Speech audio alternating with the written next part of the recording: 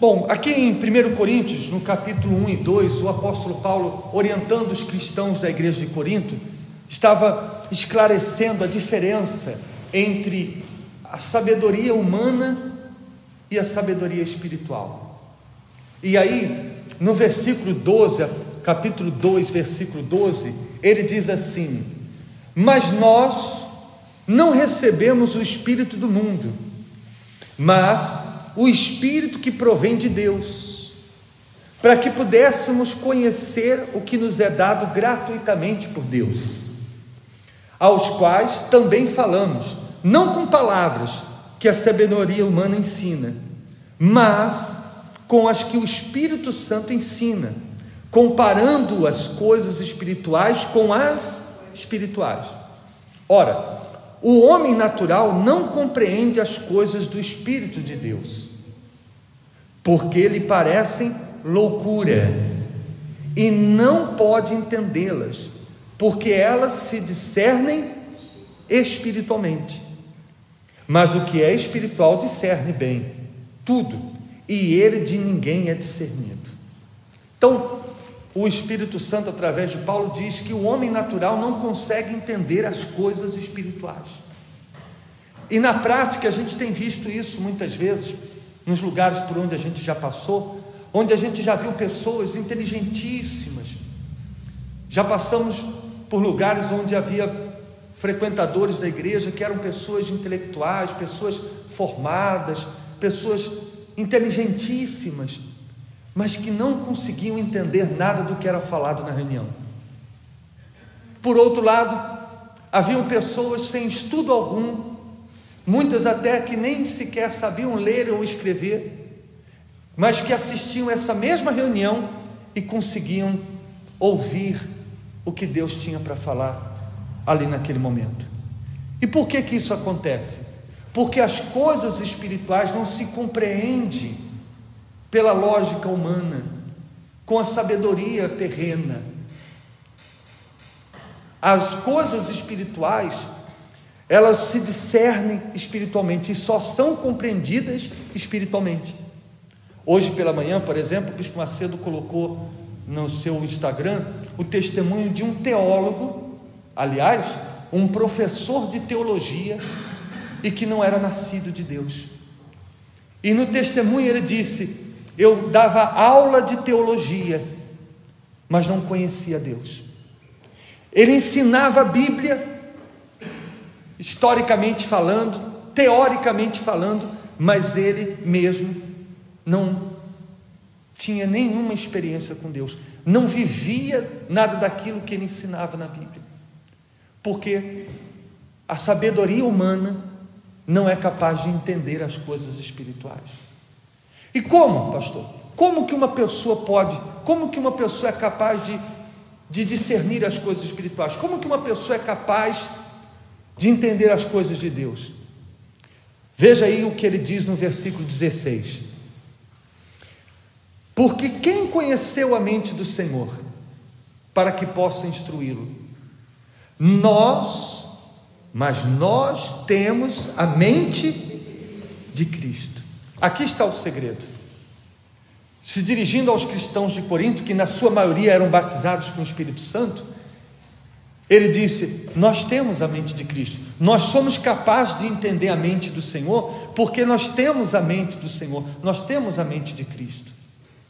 Então, quando uma pessoa ela não tem ainda a mente de Cristo, ela não consegue entender.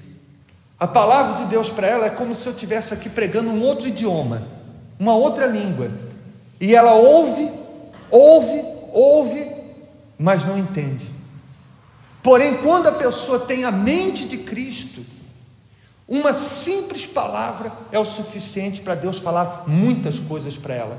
Às vezes, até coisas que o pastor não está falando, mas Deus está falando outra coisa através daquilo que ela está ouvindo, porque a mente dela agora é uma mente transformada. A mente de quem? A mente de Cristo. E é isso que acontece quando há uma transformação na pessoa, como a que nós vimos no testemunho. Quando a pessoa nasce de Deus, quando ela tem esse encontro com Deus, através do Espírito Santo, e ela se torna uma nova criatura, não muda apenas as atitudes, não muda apenas o modo de se vestir, não muda apenas os hábitos, mas principalmente a mente da pessoa é transformada. Ela passa a ter a mente de Cristo. Você com certeza já deve ter visto, sei lá, num filme ou num telejornal, alguém fazer aquele comentário, né? Fulano tem a mente de um criminoso, né? Quer dizer, o que isso significa? A pessoa não é criminosa, mas ela tem a mente de um criminoso. O que ele quis dizer com isso? Ela quer dizer que aquela pessoa, embora não seja um criminoso, mas ela tem os mesmos pensamentos que passam na mente de um criminoso. Às vezes há pessoas que, eu já ouvi pessoas dizendo assim, fulano tem a mente de um intelectual. Ou seja, ele não é um intelectual, mas ele tem um pensamento, uma mente de um intelectual, porque ele pensa como um intelectual pensa. Então ter a mente de Cristo é isso. Nós não somos Cristo, mas temos a mente como a mente dele. A gente pensa como ele pensa. Entende sim ou não? E como Jesus pensa? Quando a gente lê os evangelhos, a gente vê como que é a mente de Cristo. Se você observar em cada capítulo, em cada parte dos evangelhos, você vê em cada palavra que Jesus falava, você vê o modo dele pensar e vê que a mente de Cristo é totalmente contrária à mente humana, à mente mundana, à mente natural. Vamos a alguns exemplos. Lembra o caso de quando os discípulos estavam com Jesus no barco e houve a tempestade? O que os discípulos pensaram? Vamos morrer. Bastou a começar uma tempestade e a mente natural pensou logo o seguinte, pensou logo no pior: vamos morrer, não vamos sobreviver. A mente natural é assim. A pessoa pode estar dentro da igreja, mas ela só pensa negativo, ela só pensa o pior. Ela recebe um diagnóstico de uma doença grave, um cancro, uma doença grave, e ela já pensa logo: eu vou morrer. Ela recebe um telefonema num número desconhecido, ela já pensa logo: quem será? Quem será? O que será que aconteceu? O filho chega um pouco mais tarde, ela já pensa: será que ele teve um acidente? Será que ela teve... A pessoa está na igreja, mas ela pensa como incrédula. A mente dela é uma mente tão incrédula quanto a das pessoas que estão lá fora. O que é que Jesus fez quando acordou no meio daquela tempestade? Pensou que ia morrer também? Não, porque a mente dele é diferente. O que ele fez? Repreendeu o vento e a tempestade cessou. Chamou a atenção dos discípulos. Por que eles se desesperaram tão facilmente por causa apenas de uma tempestade? Porque na mente de Jesus, aquela tempestade, por mais grave que fosse, não era suficiente para eles pensarem que iam morrer. Então a pessoa que tem a mente de Cristo, quando ela passa por um problema, ela pensa assim: esse problema é apenas um problema, essa fase é apenas uma fase, essa tempestade é apenas uma tempestade, e eu não vou me desesperar. Então a pessoa vive melhor, porque ela não vive angustiada, ela não vive desesperada. Nós temos falado nesses dias sobre Jacó, porque Jacó, enquanto ele não foi transformado, enquanto ele não passou a ter a mente de Cristo, ele viveu perturbado, mesmo com todas as bênçãos que Deus já havia dado a ele, mesmo vendo tantos livramentos que Deus já havia dado, ele ainda assim pensava. O que ele pensava? O meu irmão a qualquer hora vai me matar e vai matar todos os meus filhos. Quando ele estava se dirigindo para a terra da sua parentela, quando ele estava dirigindo para a casa do seu pai, porque Deus havia mandado, ele dividiu a sua família em 2 bandos e disse: se o meu irmão alcançar um bando, aquele bando morre, mas o outro bando sobrevive. Olha a mente natural, olha o pensamento de quem não tem uma mente de Cristo. Então, quando a pessoa ela não tem essa mente de Cristo, ela vive mal. Você veja, o Senhor Jesus, quando foi numa cidade e foi rejeitado naquela cidade, foi expulso daquela cidade, os discípulos, Pedro e Tiago, se não me falha a memória, viraram para ele e disseram assim: Senhor, manda descer fogo do céu e acaba com todo mundo. Porque a mente natural é assim. Vamos tratar eles como eles nos trataram. Já que eles nos trataram mal, então vamos nos vingar.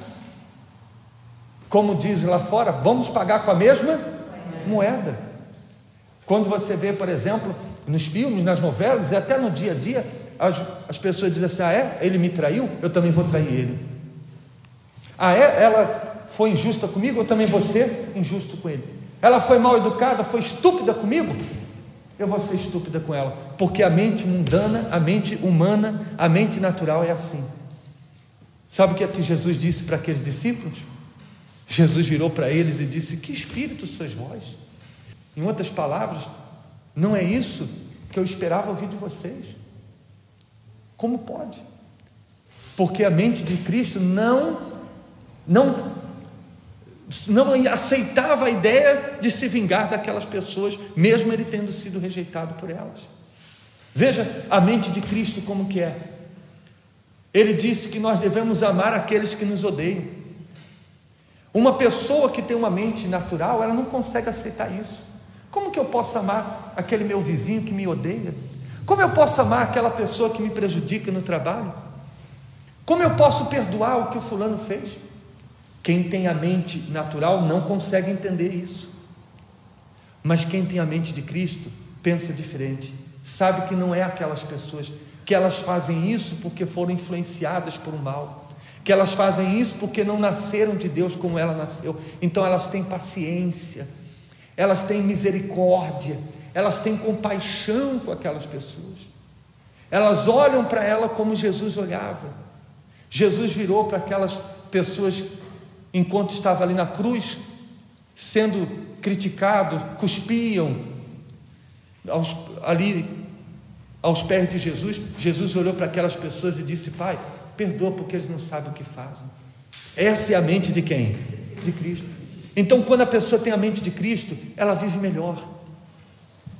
Ela não carrega ódio, ela não é uma pessoa vingativa, ela não é aquela pessoa explosiva, porque ela tem os pensamentos de Jesus. Entende isso ou não? Não é perfeita, porque ninguém seria capaz de ser perfeito, mas por meio do Espírito Santo, através dessa nova natureza, ela consegue ter atitudes que uma pessoa normal não teria. Você já viu a mente humana? Ela pensa assim: eu perdoo, mas não esqueço. Já viu gente falar isso? Porque a mente humana é assim: eu posso até perdoar, mas eu não esqueço. Por isso tem gente que carrega dentro dela coisas que ela passou, coisas que ela ouviu, coisas que lhe fizeram há mais de 20, 30 anos atrás. E por isso é essa pessoa amargurada, é essa pessoa ferida, uma ferida sangrando ali há mais de 30 anos, há mais de 20 anos.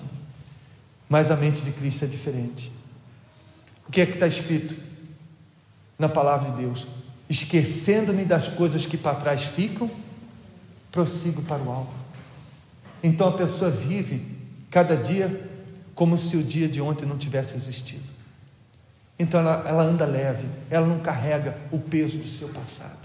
Jacó, quando foi transformado, já não teve mais medo do seu irmão.